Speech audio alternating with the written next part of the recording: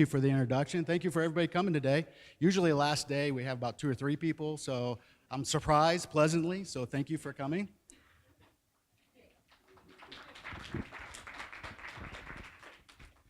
I'm not very skilled at holding the mic and clicking at the same time, sort of like chewing gum and walking, so I apologize if I do this. Uh-oh. Okay. So back in 1993, Roger said, one day everyone will be taking creatine.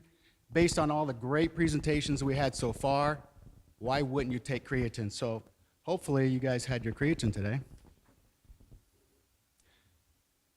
So part of this agenda is we're going to take a little historical look at how this all springboarded off. We just recently published a paper on it, and I want to really recognize Roger Harris as somebody who really made a difference in getting this the research, especially human research in creatine, off the ground. Then we'll talk about some mechanisms, some performance benefits, more of a review, because we have great speakers coming up after me.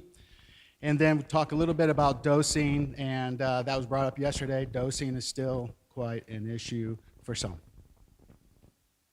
This has been my previous recent funding and current funding. I haven't done creatine research since 2010 because Roger Harris talked me into doing beta-alanine research.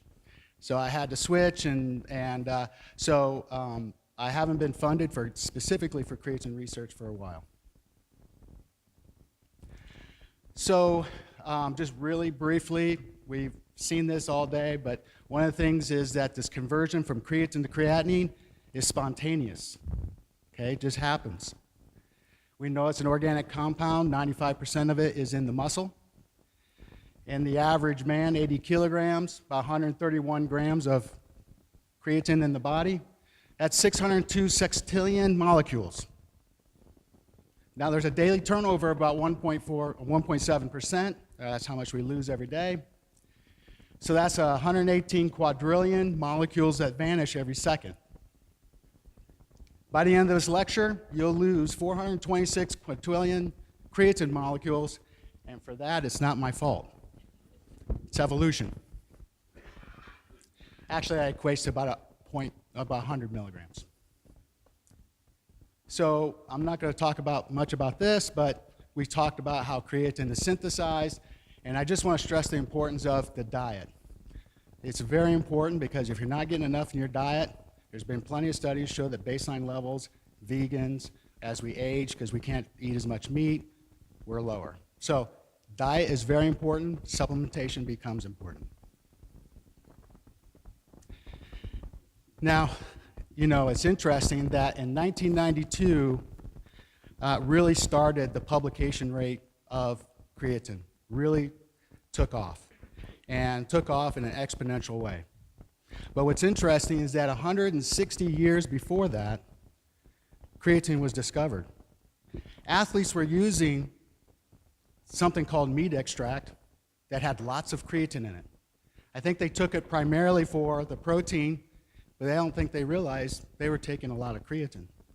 And they've even done creatine studies in the past where they measured the creatine content taken in and creatine excreted, and there was a lot of creatine retained, but they didn't know where that creatine was going. But it still showed performance benefits, right? However, even though all of that happened, it still didn't take off. It still was not popular, especially among scientists. But something happened in 1992 that took it to the next level. Now, Roger was in 1992, and by the way, I have a lot of funny pictures and a lot of good pictures of Roger through this lecture. He had a meeting in Gatwick with some of the like marketing and sports nutrition guys, and he said, how big do you think creatine market will be? And Roger says, oh, I think eventually it's going to be tons of creatine sold each year. And they laughed at him. You're going to find out that a lot of things that Roger said actually are coming true. So, this is another thing where he was proven right. So when you talk about the gross sales, The initial adoption of creatine was by sport.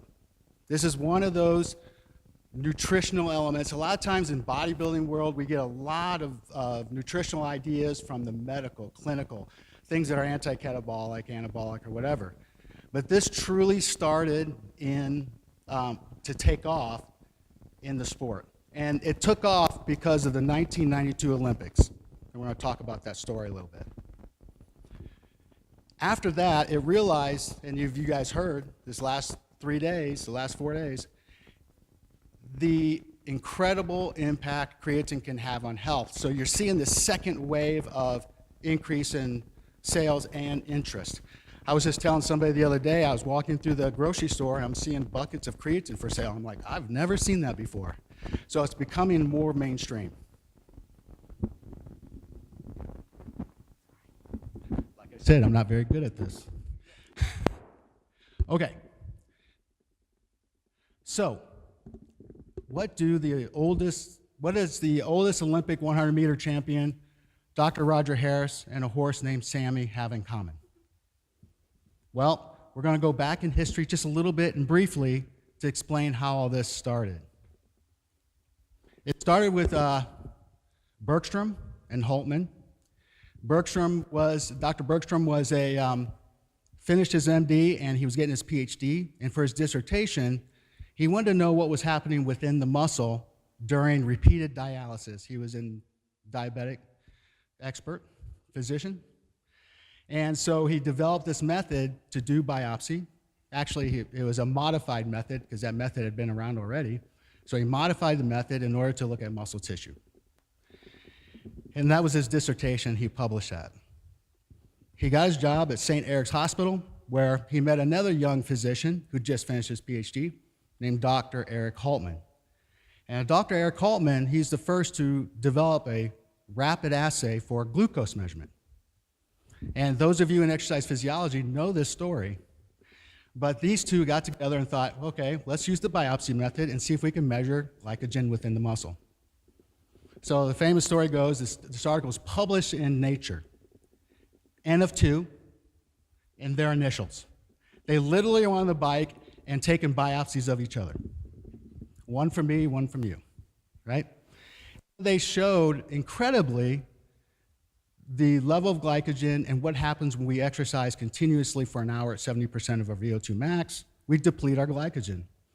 Then they showed that when they went on a high carbohydrate diet, the leg, and by the way, it was a single leg cycloergometry, they showed that not only did the glycogen replete on a high carbohydrate diet, but it also overshooted or loaded. And just from 2 people, this research kind of held pretty solid for the next 2 decades as far as manipulation of diet and glycogen. Well, then they decided they wanted to start looking at some of the other components of metabolism, which is ATP and phosphocreatine. But they recruited a Dr. McLennan Anderson, who a biochemist out of the UK, as a postdoc to help develop the method to measure these 2 markers. And when they started doing research and measuring the content of ATP and PCR in muscle, this sort of laid the foundation for muscle metabolism during exercise. There's a lot of research that came out of this that you see in exercise physiology textbooks as the basis for muscle metabolism. But this first study that they did was very important, and according to Dr. Roger Harris, is the most underrated publication in his mind, in his view. And the important part of this study was that this is the first time with muscle biopsy they were to show that the depletion or the decrease of phosphocreatine was proportional to the intensity of exercise. This was very important. The other aspect of the study was that the recovery of phosphocreatine happened within a limited amount of time. This actually set the stage for creatine supplementation. And they continued to do this kind of research showing the relationship between phosphocreatine concentration, total creatine concentration, and exercise, right? So they brought in this young guy, also a biochemist from the UK, that's Roger Harris. And when they brought him in as their second postdoc, they wanted him to validate McLennan Anderson's work on ATP and PC measures, and they wanted to simplify the method. So he did that, and he published it in 1974, and those values were actually used for magnetic resonance imaging for the next 20 years as of reference values. But what was interesting is that all of this research in the metabolic research lab, they started to think, okay, well, if we increase total creatine, maybe we can increase muscle function. And so they decided to do a pilot study in 1975. So that's actually the first biopsy study looking at creatine supplementation. Here's the problem. They didn't know what the max level of creatine supplementation or total creatine within the muscle was. So the baseline values of these two swimmers was 150 millimole per kilogram of dry muscle. So when you supplemented creatine monohydrate, it didn't go up. So the whole group, Bergstrom, Holtman, and Harris, all thought creatine doesn't work. And because of that, that actually delayed research for the next 15 years. No biopsy workup, okay? Now the reason this was is that the two swimmers, according to Roger, were eating something called, or drinking something called meat extract. Now Roger told me he would teach me so I could teach my students how to make meat extract. He said, tastes nasty. I was like, why would I want that? He goes, Jeff, it has a lot of creatine in it. I'm like, that's okay, I'll just go get some creatine monohydrate. So later on, after they did a lot of great research, they were really interested in fatigue. And Roger ended up leaving, and he actually left to pharmaceutical, so he went industry. He came back to the lab, then he left again, and the next time he left, he went to the Animal Health Trust in Newmarket, UK. And the reason he left, he took that position with animals, was because he wanted to be closer to his daughter. Not because he really wanted to be working on horses and camels and greyhounds, okay? But he brought that method that they learned with Holtman and Bergstrom to animal research. And one of the first studies he did was he did a biopsy, and he, by the way, the newest technology then when he went there was HPLC. And so now HPLC, they're able to run and scan a whole tissue sample, and he could see that the phosphocreatine and the total creatine ATP concentration were very similar between animals and humans. There's not much difference. But he saw this massive spike of 120 millimolar per kilogram of dry mass versus in humans this spike was 20. And that spike was carnosine. So you can only imagine Roger got really excited about carnosine because earlier in the lab, they said carnosine represented only maybe 10% of buffering capacity within the muscle. But he sees that it plays a major role in racing camels, racing horses, and so on. So he's pretty excited about that. The other thing which actually sparked this meeting with Lanza was that his PhD student is the first to describe the accumulation of acetylcarnitine within horse muscle after exhaustive exercise. And so this got the interest of Lanza because Lanza at the time sold carnitine. So they had a lunch, they met, they talked about carnitine and whether you can supplement carnitine and increase it within the equine muscle. Roger brought up carnosine. He's like, carnosine, I think this is the future. This is what I would like to have. Can you guys give me some of that? They were like, absolutely, we'll send you some. And they said, well, what about creatine? We did creatine. It really doesn't work. We did that decade ago. So Roger went back to the lab, waiting for the sample of carnosine. Well, Lanza sent him 50 grams of creatine. Not what he wanted. So he kind of was a little upset about that. He goes, well, maybe they got mixed up with carnosine, and creatine. So he left it on the table for months. Then one day he decides, okay, this is actual horse, Sammy. I'm going to give it to Sammy. But he didn't consult his biochemistry text because he tried to dissolve 10 grams of creatine in 50 milliliters of water. That didn't work out so well. And so when you give horse like medication, you just inject it right into the mouth, okay? So he tried to do that, and he spent hours trying to figure out how to dissolve it, and finally he just goes, I'm just going to try it, and he tried to squirt it in the mouth of the horse. It didn't work out. The French handler was all upset because you're wasting his time. They had a few words, and Roger's like, I don't want to give up on this. So what he ended up doing is consulting the biochemistry text. He dissolved 5 grams into 300 milliliters of warm water and drank it himself. He called the vet over and said, I want you to take my blood at 30 minutes. I want you to take it at 60 minutes. He took it. He got the results. He's like, oh my gosh, we got huge spikes. We were wrong in 1975. So he, using the very latest technology, he faxed Eric Haltman and telling him that he was completely wrong about the creatine supplementation. It does pass through the gut. And that led to the 1992 study. So, what's interesting about this, and we've talked about this already at the conference, is that on average, it was 20%, right? So it's more than 20%, it's a plus or minus quite a bit, because each one of these lines represents a subject. And again, we talked about this, according to baseline, the lower the baseline, the more benefit you get out of creatine supplementation. Roger sort of said, if increasing phosphocreatine, this is going to help maintain ATP during high-intensity exercise, and he believed it would improve performance. And he also believed that because you had higher total creatine content, now they didn't do this study yet, he was guessing on this, that the rest in between would be faster. I mean, the recovery between sets would be faster. And then what's kind of interesting, because we would never do this without make this statement without having lots of proof, but Roger did. During an interview, 1992 Olympics, our research is conclusive. Although it sounds very dramatic, I believe creatine will completely change the face of sport.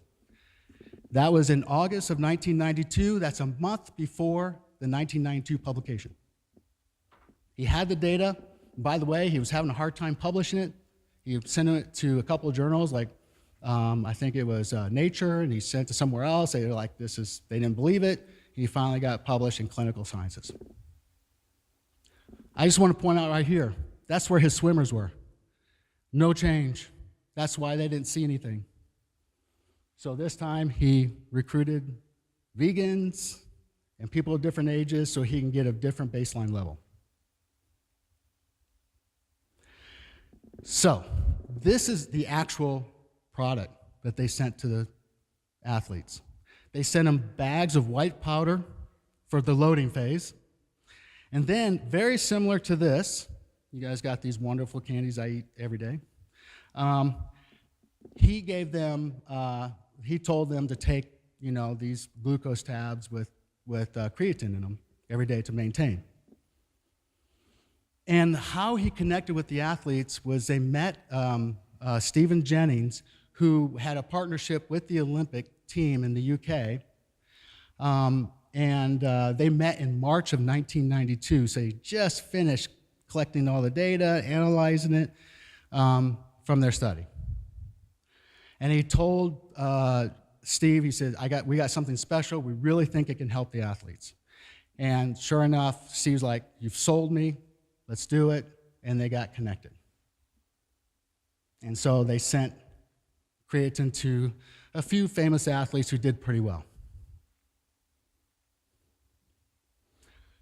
Now, during his discussion with Steve Jennings, he was telling him, I estimate that the sprint power performance would increase 1% to 3% with creatine supplementation.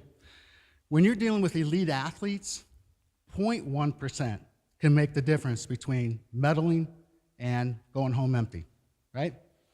Because when we talk about, like in the 100-meter dash, this is usually the finish. You're talking about millimeters. You're talking about fractions of seconds. If something could improve performance, it could really make a difference. Tons of articles came out. These are actual covers of newspapers. And Linford Christie was one of these athletes. Linford Christie did something that no other person has ever done. One, he was the oldest 100-meter sprinter to win a gold medal. Still to this day, nobody has done that. Two, he's the only sprinter never to medal in the World Championships the year before and win the gold medal in the Olympics the next year. So are we 100% sure creatine helped or not? I think maybe it gave him that little bit of an edge and put him over the top. Something funny, Roger said sending bags of white powder in 1992 Olympics probably was not a good idea because he got in quite a bit of trouble. So what's interesting is that Roger and Dr. Haltman, they didn't plan on this being beneficial for sportsmen. They actually thought there's going to be a clinical benefit. So it's interesting, in their mind, the clinical aspect was more important, and they thought that's where it was going to go, and not necessarily, the sports, but that's just how it happened. And because of that, it blew up everywhere. So, what happened? What would have happened if Roger would have been successful in giving Sammy the creatine? Well, he actually had one of his PhD students do the study. They gave a racing horse 50 grams of creatine a day and saw nothing. No change in muscle creatine content, nothing in the blood. It was validated by other labs. They did the same thing, again, found no changes in plasma or total creatine. They came to the conclusion that, well, horses are herbivores, so probably they don't have creatine transporters in the gut, or at least not like they do in omnivores or animals that primarily eat meat. So if he would have been successful with Sammy, they would have proven that the 1975 article was accurate, right? He wouldn't have not done the self-experimentation. If Lonzo would have sent him carnosine, this would be a beta-alanine conference instead of a creatine conference. And he would have never given creatine to the Olympic athletes, which springboarded the popularity of creatine among athletes. So some of the other research with him in his lab immediately after told us more. Now, this is where I'm coming in. I'm in, just finishing my PhD and reading all this great research out of the postdocs that he had working. Dr. Paul Greenhoff, one of his first studies immediately after 1992-93, he showed that you can maintain your peak strength output repeatedly and showed that there was enhanced ATP PCR resynthesis. Bolsom also showed that you can maintain power output during high-intensity cycling, suggesting there's this fatigue resistance. And then Harris himself, which he didn't publish, he presented it. He has this habit of not publishing his papers. But this is on a treadmill, showing that enhanced repeat sprint performance likely due to an increase in creatine phosphocreatine. But these studies right here were very important because it told us a lot about how much do you need to increase in your muscle in order to see a potential ergogenic benefit. And really, it's the limitation of the test. So there's an error within measurement. And so you have to exceed that error in order to see a significant change. And so it becomes important how you test your athletes. But what they showed was you need to see this 20 millimole per kilogram dry mass increase in order to really see an ergogenic effect. Well, if you're starting at 150, you're not going to go up 20, so you're less likely to see an effect. But another important study was by Casey, and this is the first time they showed that this percent change in carnosine concentration related to work output or work capacity, right? So we have this relationship, this one-to-one relationship showing that, yes, we increase creatine content, we increase performance. So this whole thing about not reaching more than, or at least 20 millimole was suggested as one of the factors that people are non-responders. So with all the research, my graphic work, I can't believe it. I made that on AI, by the way. I just said, show somebody benching. But anyway, so what we know back then at this time was, it can maintain ATP during high-intensity exercise. It has this temporal energy buffering capacity, which, by the way, when it rephosphorylates ATP in that process, it consumes a hydrogen ion. So a lot of people forget about it also can buffer, acidic response.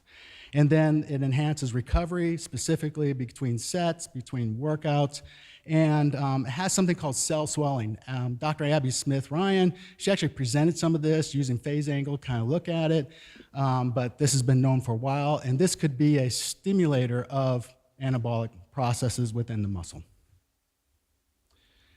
To me, I think for athletes, the best use of creatine is a training aid because overall it improves the quality of the workout. It improves reps, sets, load, training stimulus as far as intensity and frequency. And a lot of that has a secondary effect of increasing satellite cell activation, increasing protein synthesis, indirectly because the intensity and volume of training actually is related to adaptation from exercise, right? So this is when I was at Nebraska. Nebraska was the first team in American football, which is, by the way, the most popular sport in the United States, to be using creatine. And they had this dominant stretch, like it was unbelievable. And one year, from 94, 95 year, they won by an average of 7 touchdowns a game. No one even close. Even the championship game, they won by 5 or 6 touchdowns. It's unheard of, right? They completely dominated. And the reason is they started supplementing creatine in 1993. This is a scary thing to do, and I have to give credit to Dave Ellis. Usually registered dietitians back then would suggest food only. Now we have dietitians saying food first, which I 100% agree with.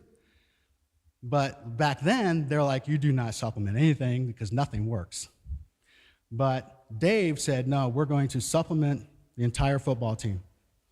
And his quote was, he said, creatine is one of those few products athletes could feel it when it came down to work capacity. And in sports, it's always about outworking your competition.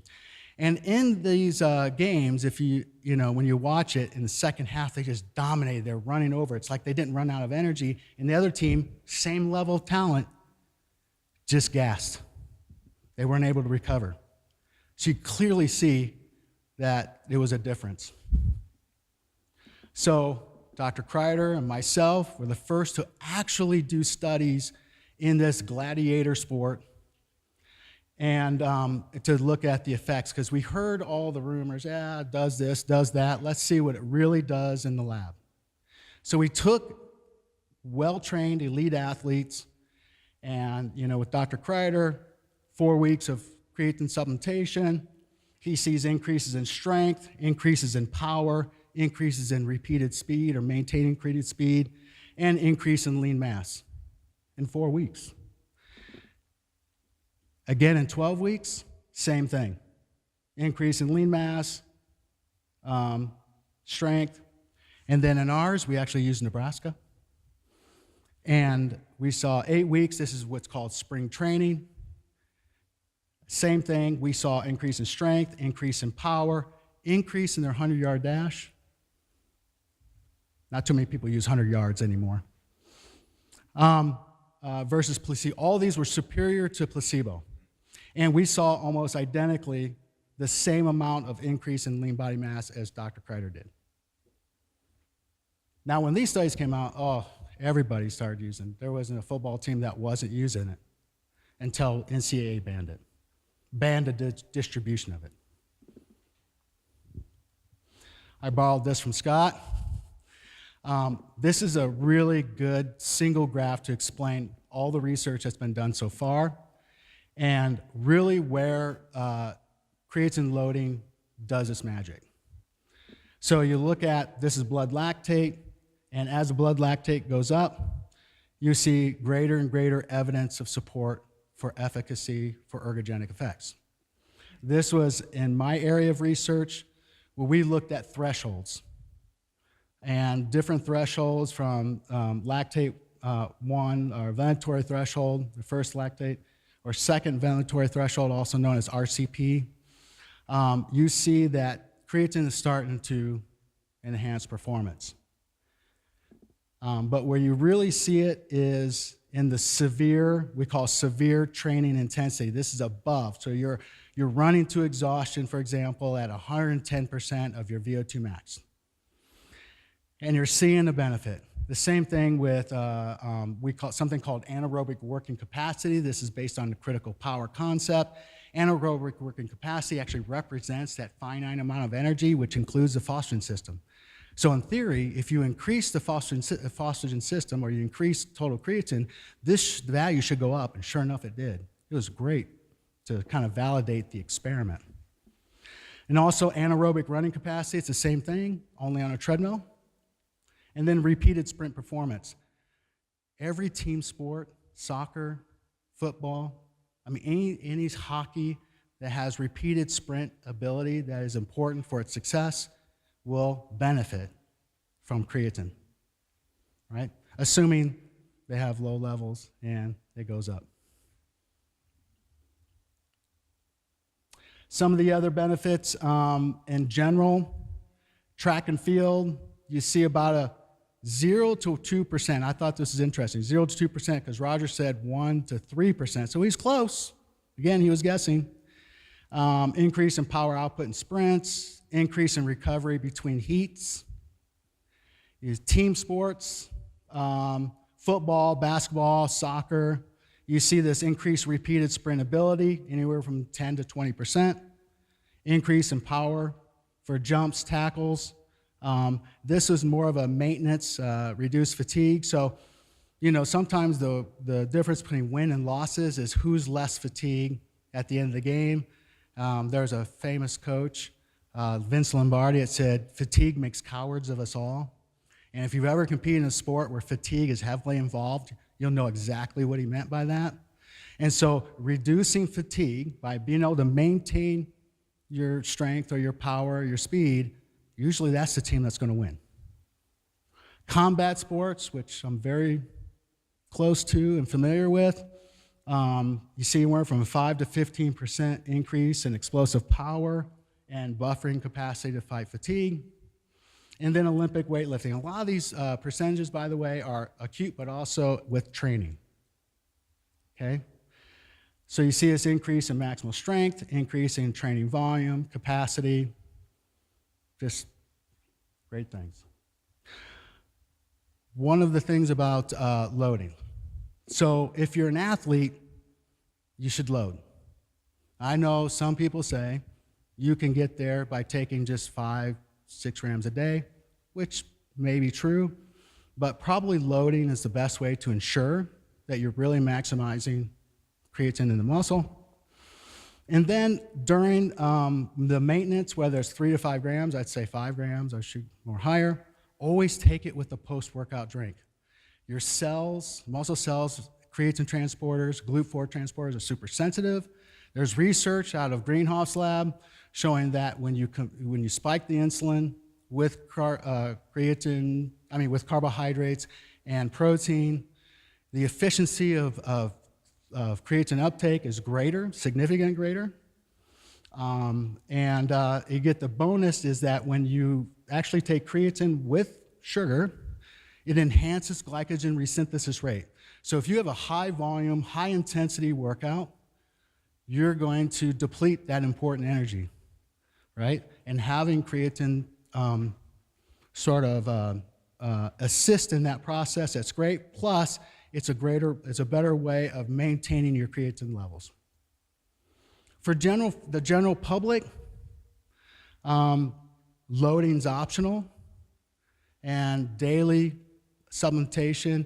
The important part of the daily supplementation is it has to be consistent. You can't take it just one day and then take it another day. It should be every day, right? Vegans or vegan athletes, doesn't matter. You need to load. You need to get the levels up. And you need to take much more daily because you're not getting any creatine in your diet. And especially if you're an athlete, this is going to be very important